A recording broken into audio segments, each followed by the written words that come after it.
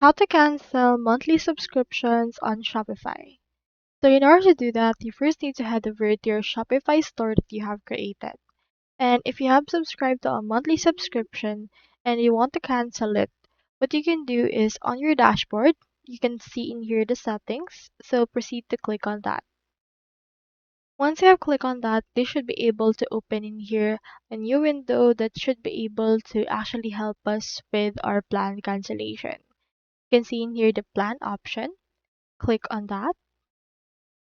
And then from in there, this will show you the plan that you're currently subscribed. I have in here this. So as of right now, I'm currently on a trial. And if you have a subscription, you can proceed and see in here the subscription details as well. From in there, you can see the cancel option on the red text. So further, just proceed to click on that. And then this will load. You can see in here this. It will actually help you confirm and then review all of the information. Click on this check. Click on continue.